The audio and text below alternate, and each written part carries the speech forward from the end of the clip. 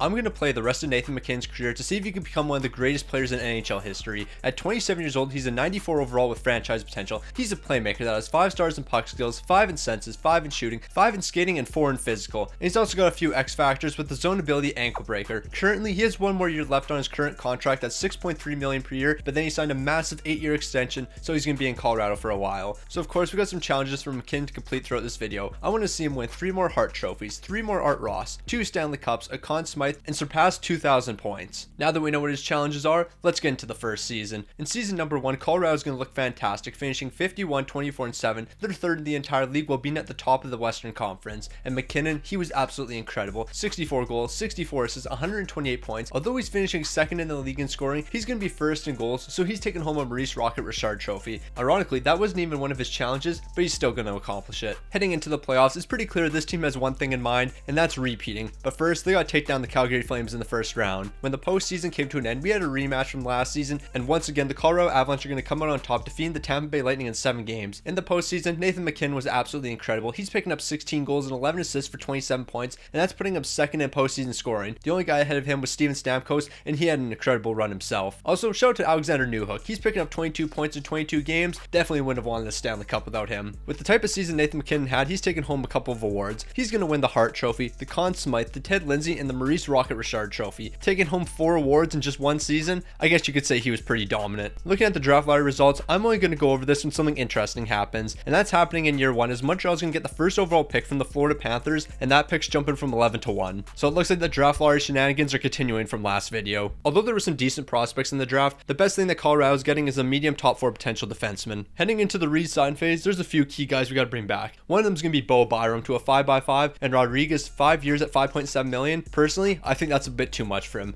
Looking at this team heading into next season, my biggest concern right now is our lack of depth, because our 3rd and 4th lines right now look absolutely horrendous. Although our top 2 are easily the best in the league, so they might be able to carry. When the season came to an end, the team wasn't as dominant, finishing with a 44, 29, and 9 record, and we're going to be at the top of the Central while being 9th in the entire league. It should be no surprise that Nathan MacKinnon's having another incredible season. He's picking up 107 points consisting of 61 goals and 46 assists, and those 107 points are also going to put him 4th in the entire league, while those 61 goals are going to put him 1st in goals once again, so he's taking home back-to-back Maurice Rocket Richard trophies. Maybe I should have made that a challenge, but I never would have expected this. During the season, we did make one trade, which is sending Arturi Lehkonen to the Islanders for Anthony Beauvillier, and I won't complain with a move like that because we're looking to three-peat, so any upgrades definitely going to help a ton. Sadly, the dream of a three-peat's going to die pretty early as we're going to fall to the Dallas Stars in 6 games. But on the other hand, Nathan MacKinnon was absolutely incredible. 11 goals and 10 assists for 21 points in 11 games, and he also finished 6th in postseason scoring, so this dude was in his bag. And speaking of bags, last season we didn't have the money for Alexander Newhook, but we do now. But I still don't understand why we're giving him $11 million per year for the next 4 seasons. I do not care what numbers Alexander Newhook is putting up. Unless it's 100 points a season, this man does not deserve $11 million per year. And since we kept Newhook, we're going to have to say goodbye to Devon Toews. I think that's a massive mistake. Without Devon Toews, I fear the downfall of our defense has begun. Our 3rd pairing has high 70s, and honestly, with us being this cap tight, I feel like next season might be even worse. Before we get to next season though, I have some bad news for you guys.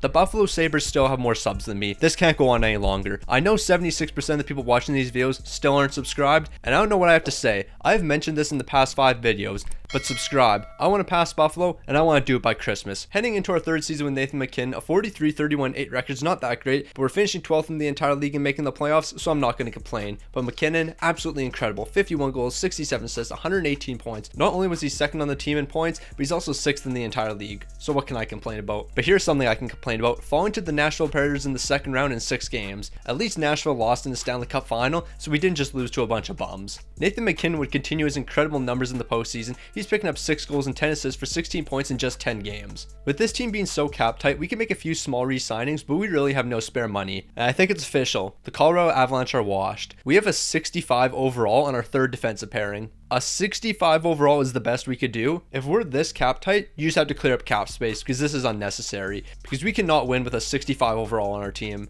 And our goaltending tandem, it's definitely making this worse. An 81 overall and then a 76 overall, yeah, this team's cooked. But I guess I should just take back everything I said. 45, 27, and 10. We're 4th in the entire league and at the top of the conference in the West. How are we doing this good with having a 65 overall on our defense? Unless we got a new defenseman and replaced him. That's probably what happened. The dominance of Nathan MacKinnon is going to continue heading into this season. 50 goals, 64 assists, 114 points, second on the team in scoring, and second in the entire league. Too bad he couldn't claim another Art Ross. Alright, so I guess the team made no moves and we're rocking a 65 overall heading into the playoffs. I can guarantee this is going to be the downfall of our team. So to no surprise, in the second round, we're going to be falling to the Anaheim Ducks. There's no way we would have been able to win a Stanley Cup with a 65 overall, let's be honest. But in the postseason, Nathan Mackinnon continues to impress me. 13 goals, 11 assists, 24 points in 16 games, and he was 7th in postseason scoring while being knocked out in the second round. Name another player in the NHL that could do that other than Connor McDavid and Leon Draisaitl, because they have to score every single point for their respective team. Actually, I take that back. For their team. I'm not giving Edmonton any respect. The funny thing is, I actually don't hate the Oilers. It should be no surprise with the season McKinnon's having. He's taken home a couple awards. He's going to be winning the Hart this season alongside the Ted Lindsay. While the Canucks, they're winning something too. They're jumping from 9-1 to get the first overall pick. Heading into free agency, the team's got $10 million to work with, so we better make some improvements. And the big move that we're making, we're going to bring Vanacek in on a 2-year deal worth $4.5 million, while the rest of that money is going to be spent on some decent players for our defense. Because if we didn't improve the defense, I might have had to step in. The improved defense is definitely looking like it helped this team with a 47-31-4 record. We're 6th in the league, but actually 3rd in the Central Division, so we were in a pretty loaded conference. So I think it's pretty safe to say that this is Nathan Mackinnon's league, and we're just living in it. 50 goals, 68 assists, 118 points. Not only was he first on the entire team, but he's also first in the entire league. So this man's just built different.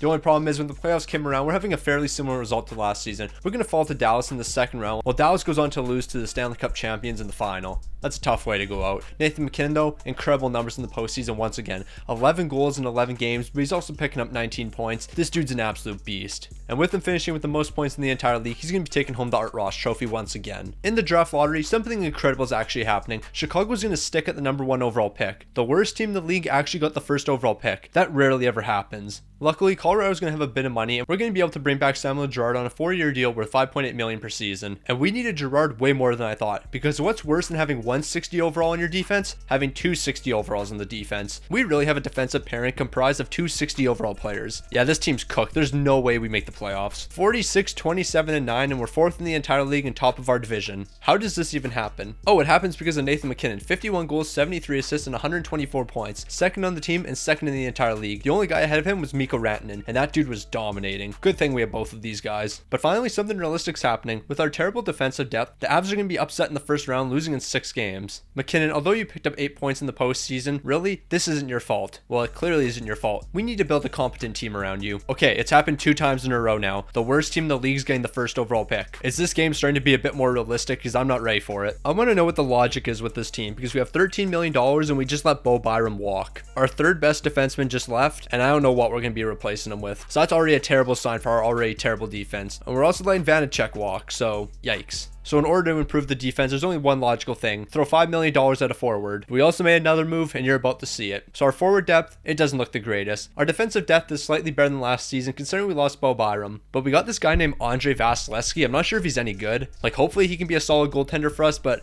I haven't really heard too much about this guy. So with one of the greatest goaltenders of all time, this team's looking incredible. 47, 31, and 4, and we're going to be finishing 5th in the entire league. So Nathan Mackinnon, you're having a pretty solid season, finishing 3rd on the team scoring with 54 goals, 55 assists, 109 points. You're also 3rd in the entire league. Between Rantanen, Landeskog, and Nathan Mackinnon, we held the top 3 spots in scoring. And with Andrei Vasilevskiy leading all goaltenders in wins too, nah, we're going for a Stanley Cup. I can confidently say this is the most disappointed I've ever been in a playoff loss. Not only did we lose to the Arizona Coyotes in the second round, the Buffalo Sabres beat the Arizona Coyotes. So in our Stanley Cup matchup, we had the Buffalo Sabres versus the Arizona Coyotes. Imagine this matchup like 3 years ago. Nobody would watch this. It wasn't a bad postseason for Nathan Mackinnon though. 19 points in 14 games. I'm never going to complain about those numbers. Alright guys, it's getting out of hand. Detroit was the worst team that got the first overall pick. 3 straight seasons where the worst team in the league has got the first overall pick. When I played the rest of Connor McDavid's career, I don't think the worst team ever got the first overall pick once. It's happened 3 times in a row in this video. Something must be happening. Something did happen for Colorado. They got a medium elite goalie in the 5th round, so they're building for the future finally. And Landeskog, we're going to give you a 2-year extension at $8.4 million. And with all the money we got, of course, we got to make some signings to improve the defense. Timo Meier, $10.3 million per year for the next 4 seasons.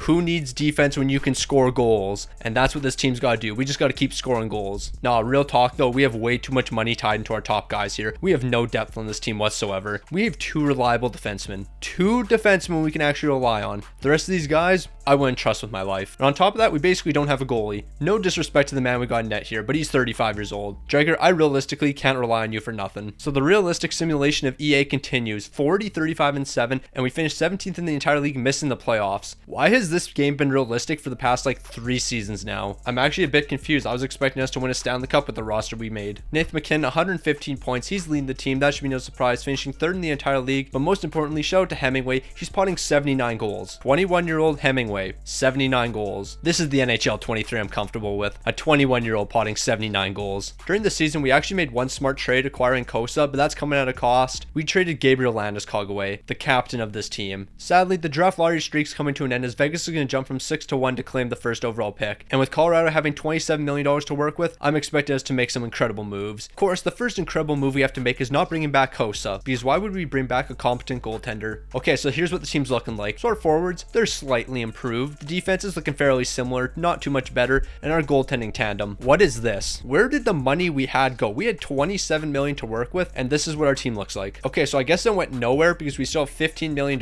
We spent $12 million on depth forwards and 3rd pairing defensemen. Yeah, we're not making the playoffs, not a chance. 41, 33, and 8, 15th in the league, and we just made the playoffs. I'm never making a prediction again. This is stupid. Obviously, we're making the playoffs because Nathan Mackinnon's the best player of all time. 51 goals, 68 assists, 119 points, 1st on the team and 2nd in the entire league. I am not being serious when I say Nathan MacKinnon's the best player of all time. I'm trying to over-exaggerate how good he's been playing. Clearly, there are players better than him. Just understand I'm over-exaggerating. I'm not making a factual statement. This does not get the stick on the ice stamp of approval. So in the playoffs, we must have had something going for us because we're completing the biggest upset of all time, taking down the Arizona Coyotes. We're falling in the 2nd round. Arizona just lost to a team that didn't have a goaltender and had mid defense. That's tough. What can I say? Nathan MacKinnon was pretty solid in the postseason. 8 goals and 8 assists for 16 points in 11 games. Hey, the fact that you made it to the 2nd round is pretty impressive. That's all I can say. So I was ready to compliment this team. They actually made a fantastic signing. Kosa, 7 years at $7.7 million. We solved our goaltending issue. And then we signed Chris Kreider to a 1-year deal worth $5.2 million. Here's the problem. We're about 7 years in the future right now. Chris Kreider is 40 years old and he's an 80 overall. We just paid an 80 overall player $5.2 million per season. Yikes. Respectfully though, this team is cooked.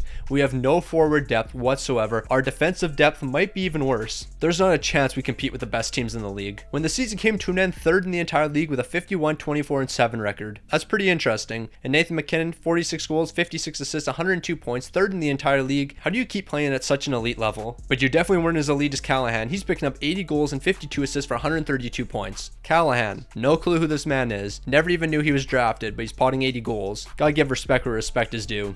In the playoffs, even though we were 3rd in the entire league, we're going to be swept in the 1st round by the St. Louis Blues. And Nathan MacKinnon, bro's toast. 0 points in 4 games. Yeah, it's a wrap, my guy. MacKinnon, I'm sorry to say, but your career is basically over. So these next few seasons, they're going to go by quick. At an 87 overall, retirement's basically around the corner for Nathan MacKinnon. The Avs are going to finish 10th in the league with a 46, 31, and 5 record, while McKinnon's having one of his worst seasons of his career, picking up only 78 points. And in the playoffs, the Avs are going to fall in the 2nd round. Nathan MacKinnon's a shell of his former self. He's only picking up 4 points in 12 games. And in the next season, what's expected to be his final season at an 83 overall, Nathan MacKinnon's just hoping he can bounce back. The Avalanche are nowhere near as competitive as they used to be. They're going to finish 17th in the league, but luckily they're making the playoffs. MacKinnon is able to bounce back and he's having a solid final season, picking up 95 points, but in the playoffs it's going to be quick work as we're getting swept once again. And in the postseason, some ugly numbers for Nathan MacKinnon. In 4 games, 0 points, -7. That's a pretty tough way to go out. But here we are, Nathan MacKinnon, he's called it a career. After 1,622 games, he's going to pot 870 goals, 1,105